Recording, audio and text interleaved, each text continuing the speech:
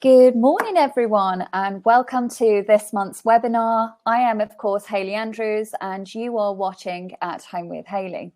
So before we get started, let's make sure you can hear me loud and clear. We have a treat for you today.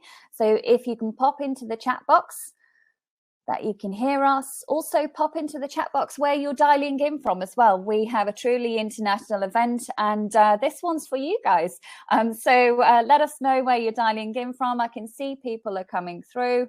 I'll give you a few minutes to catch up. Morning, Magnus. Morning, Felix. So we've got Sweden, Hong Kong, Sweden again. So we've got a few people coming through. Hopefully everybody is safe and well. While the world has kind of gone back to normal from a COVID point of view, it's definitely not normal at this moment in time. So hopefully everybody is doing well. Right, so I can see people are coming through. Let me just pop onto my slides here. So this week we have a very special guest, a good friend of mine as well. And we have Mr. Ben Stroud. And Ben is from Grange London estate agents. He is also one of the co-panelists on Sky 191 alongside myself on Property Question Time. And he's just an all-round good guy. And so we've got a treat for you today. We are talking about London for those of you that are interested. And for those of you that have perhaps thought about London, it's a good idea to stay on the call, make sure that you understand what's going on and understand the investment opportunities. So Ben, are you there? Can you pop your camera on? I am here. Hello. Yeah. Hello, everyone. Thank you, Hayley. Thank you for the kind introduction. You're welcome. It's a pleasure. So great to have you on the show, finally. I was just saying this is the first time I'm seeing you this year, but we definitely got the band back together as you were saying pre-live. Yeah, absolutely. Brilliant. So I know that you have a few slides, so I'm just going to stop my presentation here and bring up your presentation. But many of the people on the call will not, they don't know who is Ben Stroud. So do you want to give us a little introduction of yourself? And then we're going to jump into some question and answers, aren't we? Absolutely. Well, look, Hayley, with pleasure. And firstly, thank you for inviting me. I'm honoured to be here and to have such, I mean, you said it would be an international crowd, but I'm just looking at some of the comments coming in, and it really is. It's truly, you've got a global following. So it's amazing. And many of the countries I've been to personally and with work, I used to live in the Middle East, but I've traveled all over Asia with my previous employer, Malaysia, Singapore, Hong Kong. So I know it well. And thank you for joining us, everyone. By way of a brief introduction, so I've been in property for almost 19 years now. And most of that time has been with a big blue chip company called JLL, which some of you may have heard of, some of you may not have. But my role was specializing in advising developers and selling new build, both to UK buyers and international as well, with a particular focus on the Middle East and Asia. So sort of zones 1 and 2, London especially, were my patch. I left at the end of 2020 to set up on my own with an ex-colleague who you can probably see in the slide. I'm not brilliant at formatting or at PowerPoint, so we're a bit squashed. I think I look thinner than I actually am in that photo. As you can see, I'm the one on the left, Mez on the right. We're friends, but first and foremost, colleagues who work together for a long time and get on very well. We decided to go into business because I think our skill sets complement each other. So Mez has worked client side. He worked for a big developer in central London for 6 years and worked with me at JLL as well. He's more on the operations side, finance. He's a great all-rounder. My background is advising developers, sales and business development. So that's us really. Well, that was a very, very quick whistle top of your background. So, just to kind of get an idea of, what you're doing now. So, what made you leave your 16-year corporate career and do your own thing with Grange London? Yeah, that's a good question. I think I had a great JLL, brilliant company, had a great career there, really enjoyed it. I think that sometimes you just need a change. And sometimes I think, almost sounding a little bit mercenary about it, I think when you're younger and a bit more inexperienced, you stand to gain a lot from working for a big brand. You learn from the people around you, you build up, hopefully a fantastic black book of contacts, and you learn all the technical side of your trade, and how to conduct your business.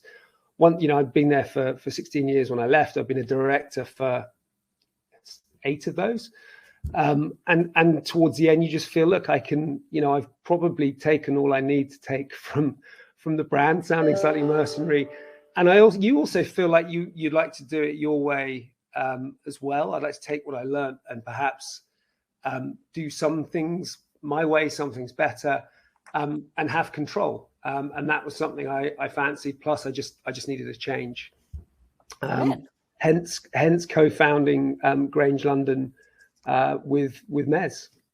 Fantastic. Okay, well, it kind of makes sense, doesn't it? When you've got to a point where you've taken all of, everything you possibly can from a company and such a large company as well, it makes sense to kind of progress and move forward. And I know that Grange London are doing great things, and I'm excited to see what you guys what the future for you guys as well. So obviously you're based in Paddington. So why Paddington? Why set up there? Well, predominantly two reasons.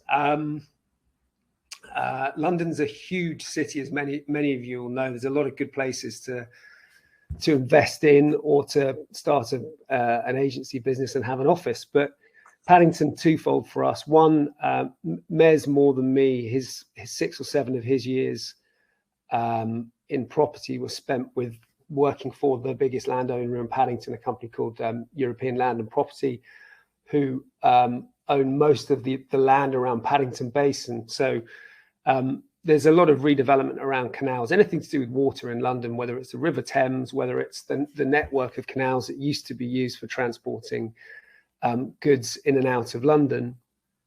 A lot of them now, those warehouses are long gone. And we saw a trend over the last 20, 30 years of developers buying up those brownfield sites and redeveloping. And Paddington Basin is one of those areas, and European Land own, alongside British Land, most of that space.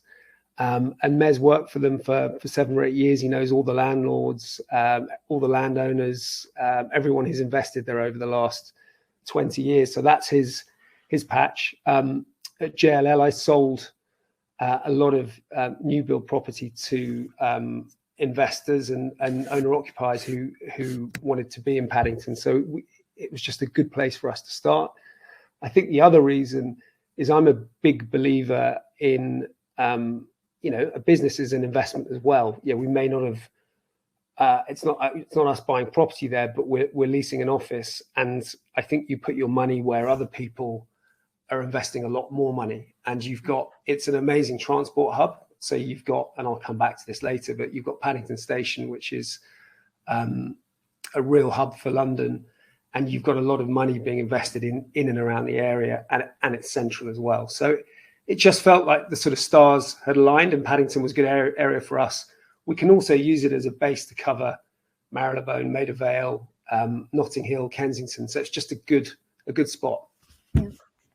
Sounds great. I'm looking forward to hearing more about Paddington as well. So obviously London was quite hard hit with COVID, wasn't it? And we've spoken about this on Sky as well. And we all have kind of our view on it. But how has the London sales and letting market performed over the last 12 months? Do you think? I think it's, like I say, London's a huge place. It's probably 50 kilometers in diameter, anything within the M25, really, the orbital, the circular road around London, the motorway. It's huge. So it's difficult to talk about it as one market. Yeah. The broad, the kind of generic trend we saw, certainly at the beginning of last year and 2020 as well, was a shift, people moving away to either into the countryside and out of London, and buying or renting outside, or moving to areas where they can get a house with a garden, there's more greenery. They just felt if they were going to be working from home, they felt they needed more space. So certain areas outperformed. I'd say a lot of the suburbs outperformed. Areas like Richmond, Barnes, Hampstead, where you're near parks, and where more of the housing stock tends to be houses rather than apartments. So that was the story, certainly the first or 2/3 of last year. On the sales side, central London was harder, because it's more reliant on international money, because you tend to find, because there's a premium on space, you don't have as much outside space unless you're very rich. So people sort of shied away from that a little bit. Interestingly, we've just started to see people dip back into central London. It's early days. It's not booming, but definitely we've seen a big uptick in inquiries and interest. On the letting side, that's just been pretty strong from last September onwards. It went completely crazy. I think everyone that moved out of London, or a big chunk of those people that rented in the country, suddenly decided they wanted to come back. International students started coming back, and that pent up demand from what was almost a complete shutdown of the country was suddenly unleashed in sort of late August, September. And we've had a crazy run from then until now of just being really busy with renting pretty much any properties. We've seen prices go up anywhere from 15 to 30%. And there's just very little stock around even now. It's sort of just taken out pretty much all of the available rental stock has just gone. So it's never really experienced that before. It's been quite interesting. Yeah, and I think, I mean, that's one of the things I've kind of been watching, because, I kind of focus on cash flow, well, bit of capital and cash flow. And I'm seeing in the, the major towns and city centres, with a lot of people moving back, kind of fed up of this this commuter lifestyle, and fed up of being at home as well. So actually wanting to get back into the office, just from I own commercial properties and offices as well, and the inquiries over the last month or so have shot right up, and I think it's because most people are just fed up of being at home. So this decision to kind of get extra space, move out a little bit, and have this kind of work-life balance, and maybe do a few days in the office and then the rest of it at home, I think that's really been short-lived, hasn't it, really? Yeah, Hayley, I think you're right. And I have a London-based business, so you could argue that I'm slightly biased, but I always felt that this would happen sooner rather than later, because I think for a lot of people it was a knee-jerk reaction.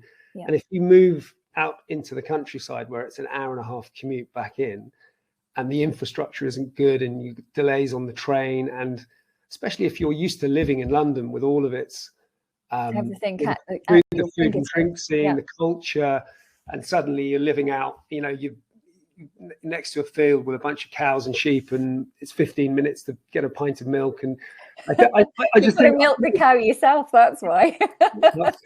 Yeah, exactly. But I think there's probably a lot of buyers and renters remorse from people who are perhaps a bit hasty, and we've just seen definitely a reversal of that over the last few months. And I think if we look back, and we could probably share our sessions that we did on property question time, both you and I predicted that, didn't we? We said, there's been a mass kind of exodus from the towns and city centres. But in our opinion, we do think that when things start opening back up, they will slowly trickle back. And I think that's exactly what's happened. And data and statistics are really showing us that as well. and it all comes down to supply and demand, doesn't it, with everything? So you're saying that rents have, I mean, this is kind of a bit off piece here, and but definitely relevant. So house prices have been fairly stable in the areas that you're working in. Are we seeing kind of an uplift in the house prices, or is it kind of stagnated? And what's kind of your opinion there versus the rent as well? Because of course, many people have been focusing on the fact that house prices are obviously a lot higher now, but so is rent. So rent has followed in most cases. Yeah, it's very nuanced in London. Just going back to what I was saying about it being, it's not a market; it's a series of micro markets. And if you're looking at certain pockets, like let's take Richmond, for example, which has had a fantastic 18 months because of COVID and house prices. I don't actually have a figure to hand. I'd have to come back to you on that. But house prices have gone up in the last 18 months. I would guesstimate somewhere in the region of anywhere from 8 to 15% in that kind of area. But then when you look at Central. And I think a lot of people are shocked by this, but actually the not so recent peak of the market for Zone 1 and good parts of Zone 2, so what I would call Central London, was end of 2014, beginning of 2015. Yeah, and they've never got back to those heights because you had a series of call them body blows to the Central London market. You had consistent increases in tax, mainly through stamp duty, but there were other taxes as well. You then had the Brexit referendum, which took, was it 2.5 years to play out before it actually happened, and we're still kind of waiting to work out what the effects of that are. You then had COVID, and God knows what's going on now. But you've had 6 or 7 years of conditions that actually haven't favoured Central London, and prices still aren't, with a few exceptions, aren't back to where they were. So you're seeing, I think they've probably flattened out. They bottomed out early part of last year in the third lockdown, and their worst case they're flat. Best case you might see a small comeback this year. But so you've had that price drop and flattening out, allied to most recently a real increase in rent. So I think there is a bit of a sort of arbitrage, a bit of an opportunity, if you're canny, in Central London, probably more than the outskirts at the moment. Okay, brilliant. So where would you say then, I mean, this is probably, again, it's micro markets, but in your opinion, as an investor and an estate agent, where would you say the best opportunities, or what are the best opportunities in London at this moment in time? I would say, let me just get you back. I would say it's, for me, it comes down, and I think I alluded to this earlier, it comes down to following, spend your pennies where other people are spending their pounds. So look at areas where you can see, well, first of all, actually, let me give some context. I'm coming at this from a residential perspective. Obviously, I'm happy to touch upon this. You've got commercial as well, but on the residential side of things, look at areas where I think you'll get a balance between capital growth and rental yields. Traditionally, and you also, to buy in the golden postcodes, areas like Knightsbridge, Belgravia, obviously you need a huge budget. But even if you had that, traditionally your yields can be anywhere from 1.5% to 2.5% gross. So you're then reliant on capital growth, which it has delivered. But that's hope value, right? Going forward, you're hoping you get. So I think it's quite nice to find the areas that I call fringe prime. So the outskirts of sort of Zone 1, good Zone 2. But also look, so you'll drive a slightly higher yield, plus you'll be exposed to Central London fundamentals and hopefully capital growth, but also where you're near big infrastructure projects, which is one of the reasons we chose to be in Paddington. And I hasten to add, there are other areas apart from Paddington that are on the Crossrail line. There are loads of great areas, Farringdon, Acton, Ealing. But when you've got a sort of 18 to 20 billion pound infrastructure project, and all the land purchases that go around that, because the private sector will flock in and build. Those are the kind of areas I'd be in. So where we are, that's why we chose to be there. Ealing, Acton, Farringdon, anywhere in sort of zone 1, 2, 3 London near a Crossrail line, I think is great. And Crossrail has been heavily talked about. There was an initial kind of furore when it was announced. A lot of people started investing around these areas, and it's been delivered over budget and it's delayed, but it is now just about to open. So where we are in Paddington, the line was due to open, I think, in 2019. It will be opening in the next few months. So I think it's quite an exciting time to be on Crossrail. Yeah. And how long has that taken, Crossrail, to actually come to fruition, let's say? I'm on the night. I think they announced it in 2009. Yeah. So, or maybe before that. So it's been 12, 13, 14 years. Yeah. Long time coming. So I'm excited for you, actually. We're kind of in the same position with HS2. It's like, we need a date. We want a date. Okay, fantastic. So just to kind of like build off that. So a buzzword in our industry at this moment in time is, commercial to residential. As an estate agency, are you seeing many projects that are coming to you, which are, conversion projects? There's a lot out there. We haven't seen an awful lot of them. I think some of the central London councils, local authorities, are very careful about losing. Obviously, there's with PD, you can go in and do that in some cases without planning. I think a lot of local authorities are quite restricted about losing. Because if they lose too much office stock, and it's sold on long leases, it's not coming back for maybe 999 years if you're lucky. Mm-hmm. So I don't see an awful lot of them. Doesn't mean they're not happening. I tend to find, they can be good investments. You tend to find they can be a little bit. I don't know what your experience is, Hayley, but my experience is that some investors shy away from them because on occasion, lenders don't like to lend on PD developments in certain circumstances if they're in out of town locations or if they're below a certain average size per unit, or because some office floor plates just don't lend themselves to good conversions. But there are, I know people who bought them and are getting a good rental yield. So we just don't really come across them much. Okay, brilliant. So obviously they have their kind of time and place, don't they? The reason I asked that question is it is a real buzzword at this moment in time because of the new Class MA and everything under PD, and a lot of people are kind of running with it now. PD's been around for a really long time, and I've gone through the new kind of route with a bank that I've recently purchased. Yeah.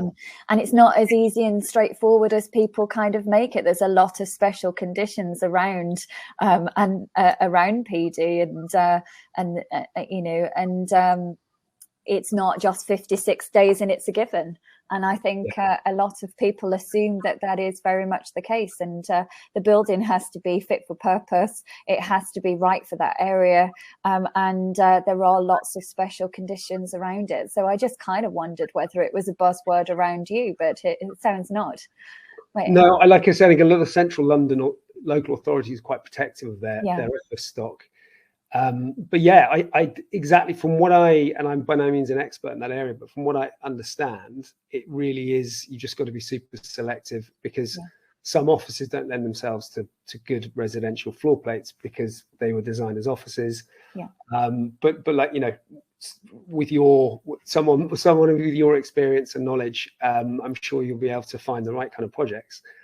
Well, I think that's the thing, isn't it? Being able to identify the right project with the least root or the least root of resistance, I suppose. So it's not just about it's an office, so therefore it can be converted under PD. It doesn't work like that, and I think that's very much the message that's being put out there. Unfortunately, also, of course, we have to look at a balance, as you said. If we lose all of the offices and all of the shops and things like that, then there's no employment local, there's no footfall, there's nothing driving people to that area. So there has to be a good balance. And I think a lot of councils are looking at, or local, definitely local to me, are looking at bringing in Article 4 and things like that to remove this PD right, so that they can have more control over everything. And it does have to go through planning, and so we'll see how that happens. Like I know that a lot of local councils are putting in for Article 4 for that very reason. Okay, right. So sorry, I'm grilling you here, aren't I? You're okay for a few minutes, though, aren't you? So obviously, with London, we've got off-plan new builds and all things like that. What's your kind of opinion on new build versus period properties? Which is more attractive, do you think, for investors at this moment in time in your area? I think it's an age-old debate. I think. Yeah. Whatever. Well, let's start with, I know your approach, quite rightly, Hayley, to investing is what do you want to get out of, when you put your money to work, what's the reason, what do you want, what's the time frame, what's your appetite for risk, just like you should be with any investment, whether it's equities, whether it's real estate, whether it's art, whatever the vehicle is, you need to work out what you want out of it. Now, so that's the first thing. But I think new build versus older buildings or even period buildings, it just comes out, what's the best return? Obviously that goes without saying, but I think look, if we start with new build, and I, full disclosure, that's my background, that's my speciality. You can find let's start with the negatives on new builds. If you're buying off plan, which is a method a lot of developers prefer to sell. They like to, if they start selling whilst the building's still under construction, quite often that triggers their funding. That means they can get their funding earlier if they pre-sell normally a third of the development under construction. That lets them get their development finance. So it's oxygen for most developers. Buying off plan as a buyer, as an investor, isn't without risk, not least, if you can't complete the development, if prices drop in between you exchanging contracts and completion, you can lose your deposit and more in some cases. So there's that element of risk. People talk about the new build premium, and I know that's something you've covered off, Hayley, which is true. In the same way you buy a new car, sometimes, not all the time, it varies from developer, but sometimes you can pay a higher price like for like if you take an 800 square foot new build 2-bedroom apartment in one area versus an 800 square foot recently refurbished 2-bed apartment in a mansion block one road away. The new build will almost always be more expensive. So you've got that side of things. The good thing about new build is you have zero hassle. And in an environment where there's, if you're buying, for example, an apartment you need to refurbish and spend money on, at the moment you've got big inflation, cost of labor, cost of materials. So it's actually becoming eye-wateringly expensive to do any work at the moment, pretty much anywhere in the world. Yeah.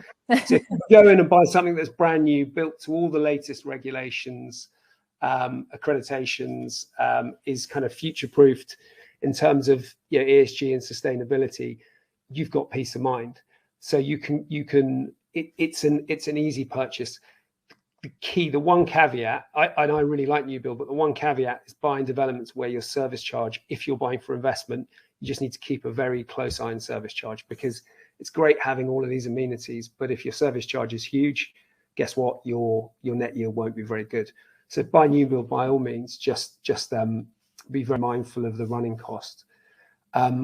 Period, you can quite often get higher rental returns on period property because the purchase price is lower and the rent won't be the same percentage lower than the purchase price. So you can drive higher rental yields. Like I said, if those buildings need work, that's a slight red flag at the moment, because it's really hard costing anything. And in a year's time, who knows, everything might be 30% more expensive. So just be a little bit wary of that. Yeah. Well, I don't think there's any might about it, really. Yeah. Only ways up, isn't it, really? Okay, brilliant. So obviously we were talking about the world we're living in at the moment, and I'm going to come on to that in a little while. But in your opinion, how important are international buyers to London and the London market overall, and have they returned post-COVID? Well, they're hugely important. I mean, London, I find it quite flattering, having worked in the London market for almost 19 years now, that so many foreign buyers choose to put some of their money in London, and that's a reflection on, you know, its status as a global hub city and various other things, the rule of English law and the infrastructure and the culture, and the list is long, but they are important in some areas more than others. So in central London, they are a feature. In certain pockets of London further out, namely around the big regen projects, which have a brand, or areas which are a brand, because of huge regeneration, you tend to find reasonably high proportions of foreign buyers in those areas. When you're talking about kind of fairly nondescript suburbs like, I don't know, Surbiton or Mitcham, or so, no one will know what I'm talking about in this call, I'm sure, but no, those are domestic markets. But in areas where international buyers have been a feature, they can be anywhere from 30 to 60% of the market. And when people stopped flying 2 years ago, of course those areas were impacted, and I would argue that's where the opportunities are right now, because that market has been slow for the last 2 years. But I think, and I don't want to tempt fate with what's happening in Ukraine, but I do think we'll see a much busier London this summer, because I think there's a lot of frustrated people from all over the world that haven't been able to travel, and will start to get on planes. So I think you'll see those areas starting to come back to life more than they have been. No, I completely agree with you. So on the kind of Russia topic, if we're allowed to talk about it, I never normally do politics or religion or anything like that. But what effect do you think the potential loss of Russian buyers will be on London? Yeah, I think, I mean, my experience with Russian buyers is I've actually never dealt, I'm not just saying this, I've never dealt with a Russian buyer. Bizarrely, you would have thought in 19 years in London, I never have. And I think that's because, with a few exceptions, they tend to buy at the very, very high end, the kind of super prime end of the market. And that's not my end of the market. So, we tend to deal with anywhere from £500,000 up to £5 million, and all the price points in between. I think obviously there's a problem. I think Russia will be heavily sanctioned. I think it's going to be a huge issue, and Russian buyers understandably won't be going anywhere near the UK or anywhere else for a long time.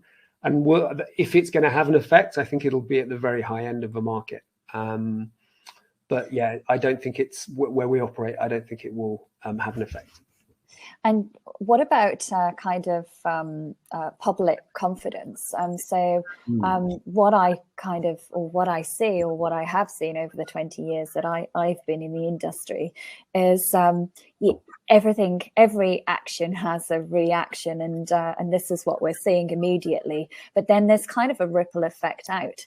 So do you think that, of course, from a confidence and a public point of view, if they are seeing prime London dropping, that it will have a knock-on effect from a psychological point of view?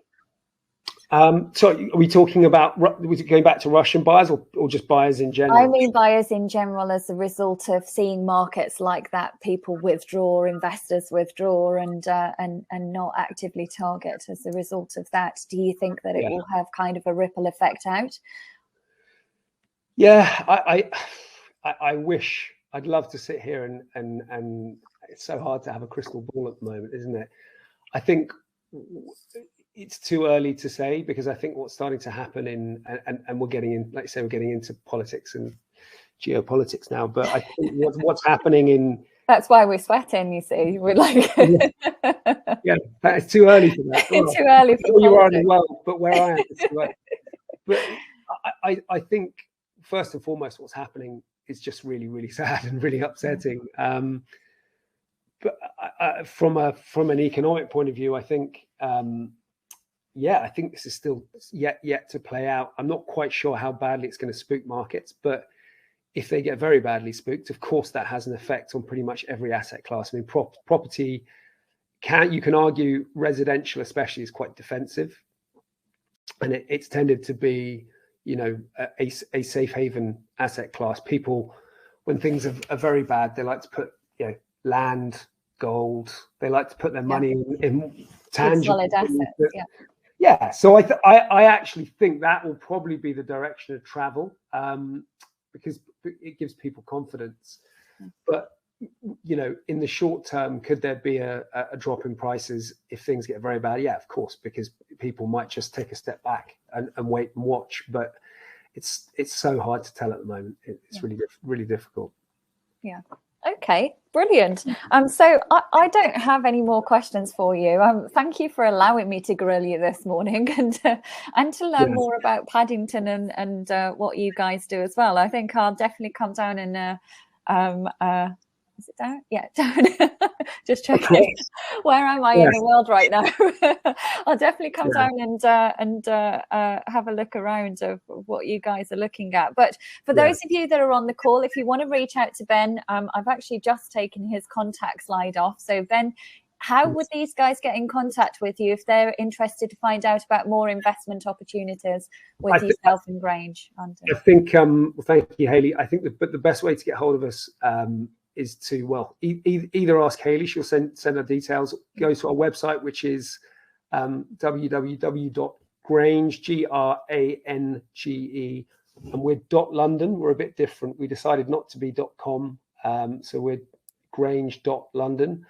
Our Instagram handle, and we're pretty big on social, is Grange.London or @Grange.London. And one last parting comment. I'm quite happy to admit I'm a London guy, but I did go to one of Hayley's seminars in person, where she is in the West Midlands, and I thought it was brilliant because you're never too old to stop learning. And I know London, I don't know the regions, and I think my belief is that the key to success is balance in anything in life. So personally, I've invested in London. I've also invested outside of London, and that helps me sleep at night. But your risk. but thank you, Hayley, because I think you're doing a great job. And I learned a lot from coming up to see you as well, even after 19 years doing my job. That's amazing. Brilliant. Thank you very much for that compliment. Well, it's been an absolute pleasure to have you on the show. I'm sure we'll have you on again. So if we can all just say thank you in the chat box to Ben. And Ben, I'll love and leave you at this moment in time. Have an awesome day and an excellent Friday. And hopefully we'll catch up again soon. Thank you, guys. Bye-bye, Hayley. Bye, Ben. Right. So what we're going to do now is we're going to jump onto our market update. And if you do have any questions in the chat box, let me know. We'll answer the questions as we go along. And then I do have quite a few announcements this week as well. We are announcing the winner of the 90-day accelerator program. For those of you in Sweden that were part of that, hold on to your seats. We do have winners. And I have a very interesting, albeit sad, but with the world that we're living in right now, update for you. So I'm going to pop off camera as I usually do, pop your questions in the chat box as we go along, and I'll jump back on once I've finished. So, as I said, I think the world has gone balmy here in, well, the UK's balmy. I'm pretty sure it's the whole of the world. We could end the update right there, really, couldn't we? But that would be a bit lazy of me.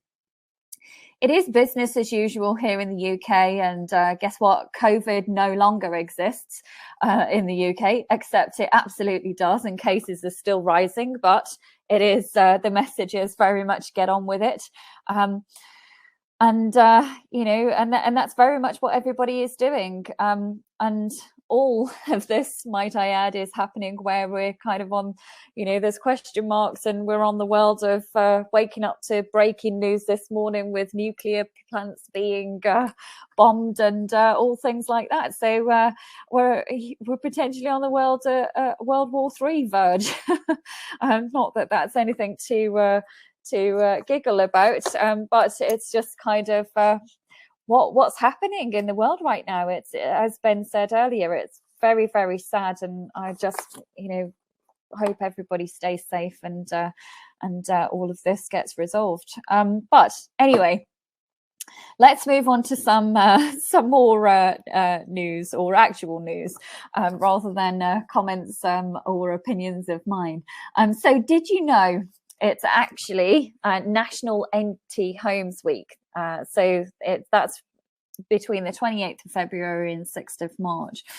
So each year, Action on Empty Homes analysed the government's official data on long-term empty homes. In its 2021 commentary, data shows that there has been a steady rising in the number of long-term empty homes over the last 5 years. And this is despite the housing crisis in the UK worsening. So a write-up from Property Mark, if you're not part of that, I definitely sign up. A write-up from Property Mark highlights the issues around empty homes. The latest data from Action on Empty Homes shows that 238,306 homes have been empty for over 6 months. And that there is over 600,000 vacant homes in England. This is more than double the UK government's annual house building target, if we've spoken about many times, of which isn't being hit. So while the UK government has set itself a target of building 300,000 new homes per year by mid-2020s, the most recent data for the year ending September 2021 showing 228,370 homes being complete. There are concerns that opportunities to do more to manage the existing and underused stock may be missed. So in a bid to tackle supply issues, in this industry, Property Mark renewed its call for the government UK to restart the Empty Homes Community Grant Programme. To ensure avenues are available for people and local authorities to buy, lease, refurbish empty homes, to also provide affordable housing, which all kind of makes sense, doesn't it? The introduction of long-term incentives such as discounts of exemptions to property tax will also help incentivise English councils and property owners to bring properties back to use as well. This must or should include removing VAT on home and energy efficiency improvements, as well as discounts or exemptions to council tax and stamp duty when empty properties are purchased and utilised. So Property Mark also believes that supporting the conversion of suitable larger empty commercial premises to residential can play a valuable role in providing more housing options. Lack of supply in both the sales and rental markets is a major issue for the property sector, with agents reporting high demand outstripping historical low supplies. Again, we've spoken about this many times. Empty homes are, of course, just a wasted resource, and something definitely needs to be done about it. So, leaseholders news then. So remediation funding, according to the Department of Levelling Up, Housing and Communities, there have been 481 high-rise buildings identified as requiring remediation work in relation to cladding. Again, we've spoken about this many times, and on Property Question Time on Sky 191 as well.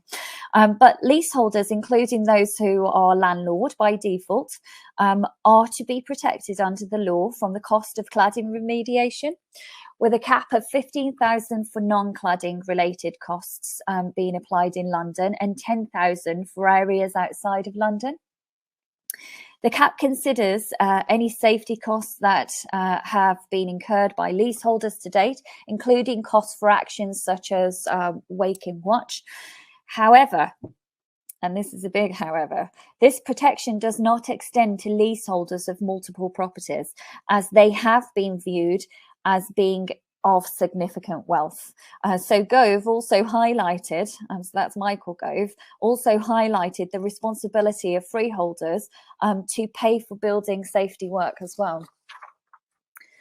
The sheer lack of protection for leaseholders that own more than one property signals a broad assumption has quite obviously been made about the financial status of buy-to-let landlords, which in my opinion is completely wrong.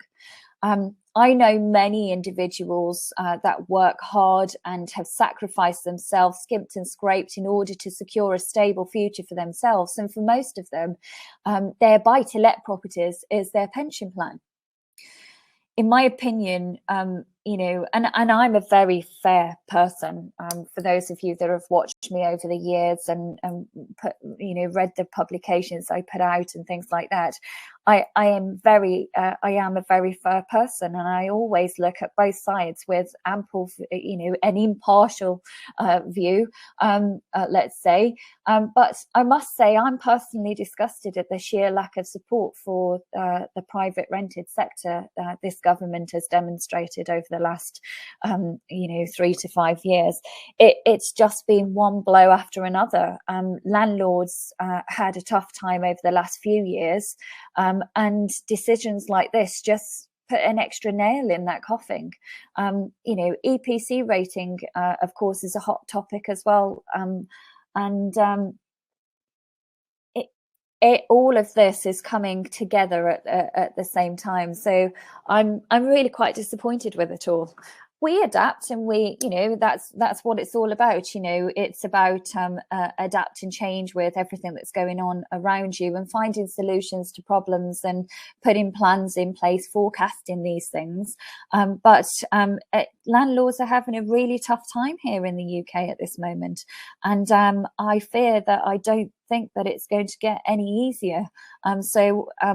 As we said earlier, you know, with prices going up and things like that, and everything else, it's all up at this moment in time, and there's not often things that are taken away; it's more added in. So we're definitely watching this space. I'll keep you updated on my opinion of the whole situation. But yes, that's kind of where most people are feeling at this moment in time. So EPC rating is a hot topic, of course, with talks about incentives around stamp duty exemptions and things like that, and incentives, which may be a really good thing, of course, to help the government reach its net zero emissions and all things like that, and you know, create energy efficient lettings and properties to the market, which of course is very much the plan, but definitely something to be aware of. The property sector struggles. So this is actually a headline from Property Industry Eye News. So if any of you don't read that as well, another really good newsletter to sign up to. The headline here: the property sector struggles amid the Ukraine crisis. So the government is imposing a raft of sanctions against Russia. Me and Ben were talking about this earlier, that will almost certainly have major ramifications for the UK property industry. As we said, every action has a reaction. So if we look at, you know, the likes of Foxtons, LSL, Property Services, Rightmove, On the Market, just to name a few,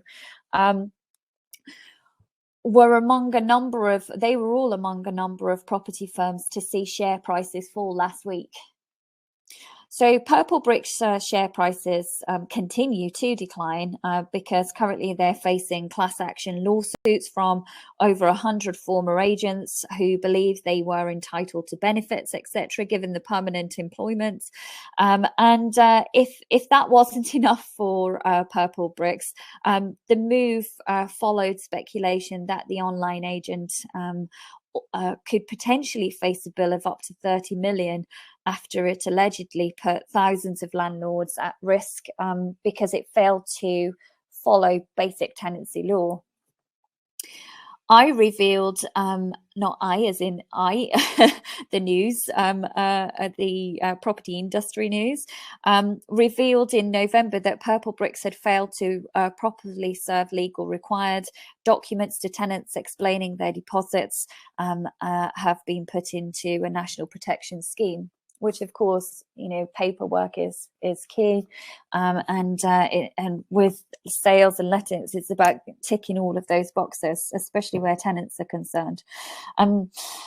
I mean, of course, that's poor reporting, I think, because Putin can't be blamed for Purple Bricks' demise. And the moral of the story there, I suppose, is don't always fall for the headlines. So Purple Bricks have been, you know, were in decline before even, all of this, you know, Russian madness was taking place. So don't always read what comes after the red line. The headline is probably what I would say. So let's look at Rightmove then. Rightmove's profits soar. So Rightmove saw that it's Rightmove says that its experts sorry, let's move on from that. So Rightmove expects transaction levels to return to pre-pandemic levels this year, while also dispelling, of course, concerns about a slowdown driven by increased inflation and higher cost of living. So again, this is something we've been talking about for months and months and months. We are seeing, you know, demand is still high, and we're seeing the lowest level, historic lowest levels of instructions coming to the market. So there's a sheer lack of supply, and I think that's what's really supporting the housing market at this moment in time. So a publication from Inside Conveyancing. So let's look at it from that point of view. I quite often talk to, my conveyancing surveyors and things like that. And the reason I do is because they kind of have a different angle on things and they look at things differently. So rather than, relying on external information, I look at, well, how are you valuing? What are you seeing? Are instructions still going ahead? Are you still busy? What's happening, with the people on the ground? So the Chartered Institute of Housing, set to release its latest annual housing review next month, has indicated that to no one's surprise, housing affordability has worsened across most areas of the UK. We've got rising inflation, everything is going up, house prices, rents, everything. So the review, the review's annual affordability index sets out the long-term trends in affordability of an average mortgage by region and country since 1994. It shows the deterioration in affordability in the run-up to 2007 and 2008's financial crisis, and subsequent improvements before the market strengthened again in recent years. The only part of the UK where homes are more affordable now than they were 20 years ago is Northern Ireland. However, looking back to the peak of the market in 2008, all regions are more affordable now than they were then. The most affordable regions today are Wales, the West Midlands, the North East and the North West, unsurprisingly. London is the least affordable. And it's talking about, as Ben was talking earlier, London it is, there's lots of micro markets within London, and you can't just say London because it means very different things. So it's about understanding your micro markets, and obviously looking at it from that point of view. But all of these become averages and overall, unfortunately. So data from the review on mortgage costs in relation to average incomes also show a favourable picture now compared with 2008. But in London in particular, mortgage costs are almost as high now as they were at the peak of the market. The review points out that while house prices have increased in relation to incomes, mortgage costs are kept in check by the prevailing low interest rates. At least for the moment, anyway. So recent figures from the national or the nationwide, highlight worsening affordability in most parts of the UK. Again, that's no surprise. In East Anglia and East Midlands, the typical buyer has moved up from the 50th income percentile to the 70th since 2011. And in London, the southwest and the southeast into the 80th income percentile, up from the 60th from 10 years previously. Scotland and the north remain at the same levels, but Northern Ireland and Wales also show deterioration. The Institute says the impact of these shifts is very evident from the Office of National Statistics, which show the median income in the UK, around 29,900 in 2020, is only just above the 30th percentile, which is why home ownership stays out of reach for many. Well, for many would-be owners, really. So this is from Inside Conveyancing, and James Prestwich, who is the Director of Policy and External Affairs at the Chartered Institute of Housing, says pressure on affordability for those trying to get into the housing ladder for the first time or to rent a home will not be helped with the rising cost of living. This analyst highlights the need for government to act quickly by building more affordable housing, of which I think they are trying to address with the Levelling Out Fund, and there is a plan in place. But for more affordable housing, if it is serious about, of course, levelling up and boosting home ownership. The trend is still up. And while house prices have continued to rise, albeit at a slower pace, of which we predicted, and alongside rents rising as well, and everything else, this will all eventually have a knock-on effect. And purses are definitely tightening, and tough times are ahead, in my opinion. There are still, there's still a lot of competition in the market for us as investors right now. And in the main, in my opinion, it's still down to the sheer lack of supply. I maintain a stable market this year with a much slower pace of around 5% and of course that's in some areas it may be higher, in some areas it may be lower, and in some areas it may be not at all, and you may even see dips. So you have to remember that there's micro markets and understand and watch the market within your area. Look at sold comparables over the last 12 months. Look at how that area compared, and how it fared from the last financial crisis in 2007 and 2008. Watch that market cycle within that area, the capital appreciation year on year, and did it recover? Has it done better? Is it still not recovered?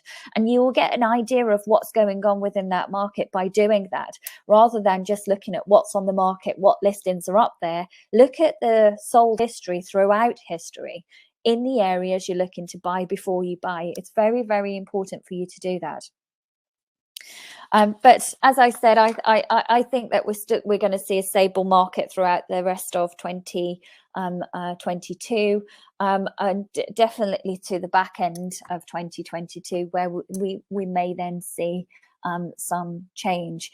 Of course, it's not just looking at the micro markets, it's looking at macro as well, because it all has a knock-on effect. And as we said before, every action has a reaction. the market is, in my opinion, returning to pre-pandemic levels and showing changes and a sign of change in behaviour. And in my opinion, as I said, the back end of 2022 and into 2023 will be an interesting time indeed. So, of course, we can buy in any market, we can make money in any market, and it's about what do you buy, and how much do you buy for, what is the strategy, and it's about applying all of that upfront before you buy. So that's very much where we're at with the market update. I'm going to jump on, and I can see loads of thank yous coming through, but no questions. So that's good. Thank you. Of course, we do this for you, and we're pleased that you enjoy it. And if you have any suggestions or any guests that you would like us to bring on, let us know, and we will definitely assess them and bring them in. So, as there's no questions, I'm going to move on to our events. So we are looking at, well, we're actually part of the investor show. For those of you that don't know what the property investor show is, there is you can attend the show free of charge, and you can also register for the show. I thought there was a link on here, but it doesn't appear to be. There may be a QR code behind my picture, so I'm just going to move the settings to see if there is. It's popped me this side. So no, there isn't. So anyway, if you go on to Property Investor Show, it's free to attend. We are there on Friday and Saturday at the London Excel Arena. We're very much looking forward to it. It's our first time at actually being part of the show, although I have been there many, many times. We are on different panels as well. We will be doing the next At Home with Hayley from that show. So definitely sign into that. Of course, it will be a bit of a shaved down version. We'll see if we can pull some of the other people that are part of the show in on At Home with Hayley. All is to be revealed. We're not entirely sure what's going on with that show at this moment in time. It falls on the same day as obviously At Home with Hayley, but we're very, very excited. It's free to attend, it's free to register. Book yourself your tickets. If you do want to come and watch us on the panel, we are on a panel on the Friday talking about due diligence and how to be savvy in your due diligence. So really how to minimize your risk as much as possible, to put steps in place to do that, and how to monitor and maintain your portfolio by watching what's going on and keeping abreast of everything that's going on, not only the investment opportunity you're buying, but the teams you're working with and the market within the area you're operating in as well. So very, very experienced panel. I'm super excited to be part of the ladies that are on there. We are calling ourselves the Spice Girls of property investment. Don't know whether we might do a little zig-a-zig throughout that panel, but we'll see. But it's a very, very important topic. It's all about protecting you and your investment and being fully informed before you move forward and purchase anything. And then obviously ongoing after that as well. So get registered. You have to book the tickets. You're not allowed to just attend. There are limited spaces within the panel, so make sure you get booking early and come and see us. It's live in person, unfortunately. So unfortunately for those of you that are international that can't travel, but for those of you that are in the UK, or for those of you that are happy to travel, I know that we get a lot of our Swedish mentees come over for these types of shows. Come and see us. So we're very much there, and we're very much excited to see you all. We also have, of course, the wonderful John Howard back with us on Saturday the 14th and the 15th of May. So that is the Saturday and the Sunday. That is live in person at Your Freedom Empire. We do virtual for our internationals as well. For those of you that are in the UK, we very much encourage you to come live in person. If you would like to book for this training, it's a 2-day seminar. It's interactive, it's a workshop, it's fully comprehensive. If you're looking at doing commercial to residential development, or you're looking for JV partners, this is very much a course for you to get onto. John is a phenomenal guy, a good friend of mine as well.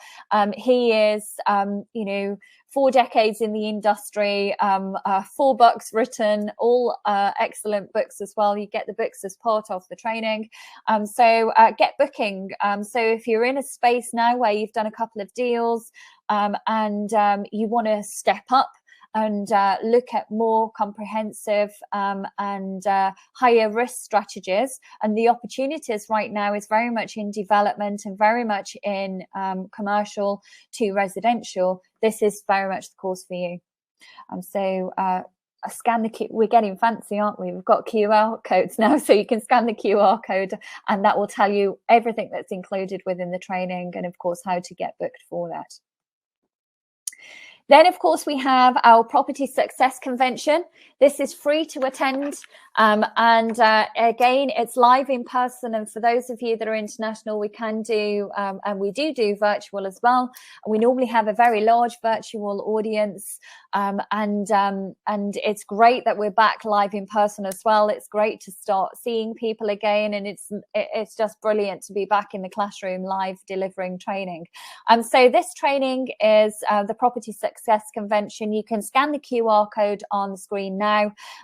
It is all about property. So Ben's attended this, as he said, and he's been in the industry for 19 years. So it's all about looking at all of the different opportunities right now, how to identify those, how to understand what strategies work within the areas you're operating in, and how to understand the area overall. So rather than just picking up a property off Rightmove, for example, and saying, oh, that looks nice, it's next to a hotel, let's run it as serviced accommodation, it doesn't work like that. And what this free training does is really identify, well, how do we know what strategies work? Why do they work? What research do we need to do to identify that?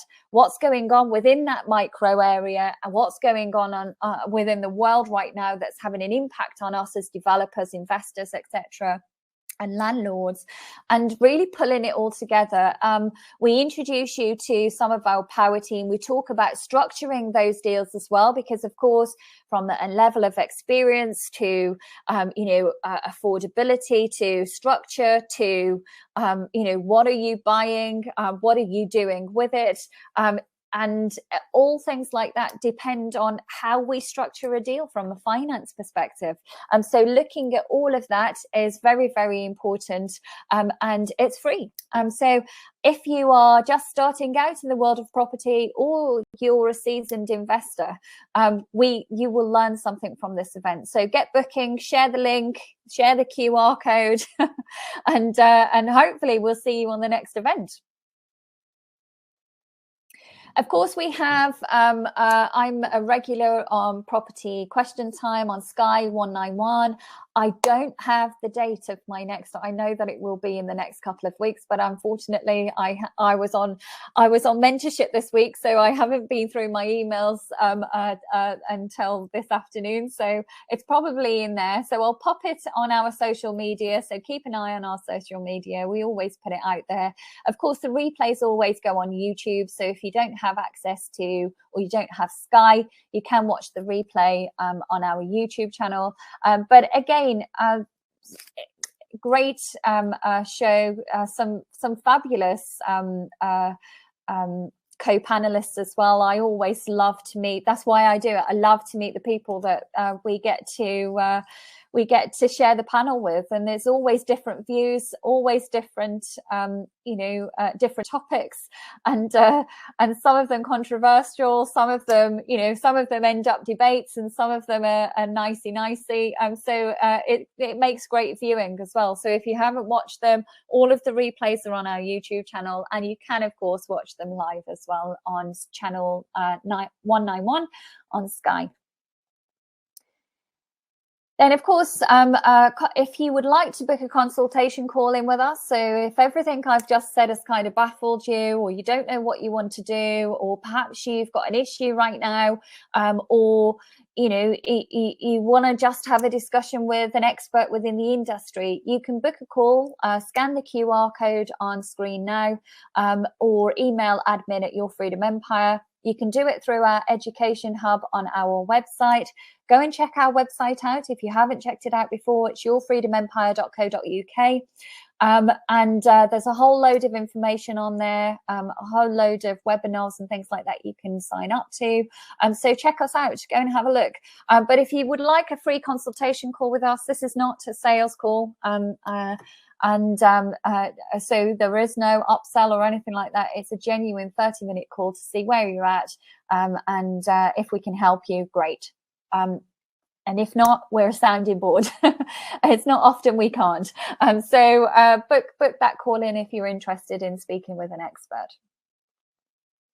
And then before I say goodbye, for those of you that have patiently sat on the call, let me have a look at these ladies on the call. So I want to announce the winner of our 90-day accelerator program. So this is done with a group of Swedish students or active investors, actually. So been in the industry for 1 or 2 years, actively purchasing property here in the UK, came through our training to accelerate to the next level, looking at now commercial to residential, HMOs and things like that, the bigger stuff. And they were a phenomenal group. It was an absolute pleasure to run that mastermind. And of course, we run a 90-day challenge off the back of the mastermind as well.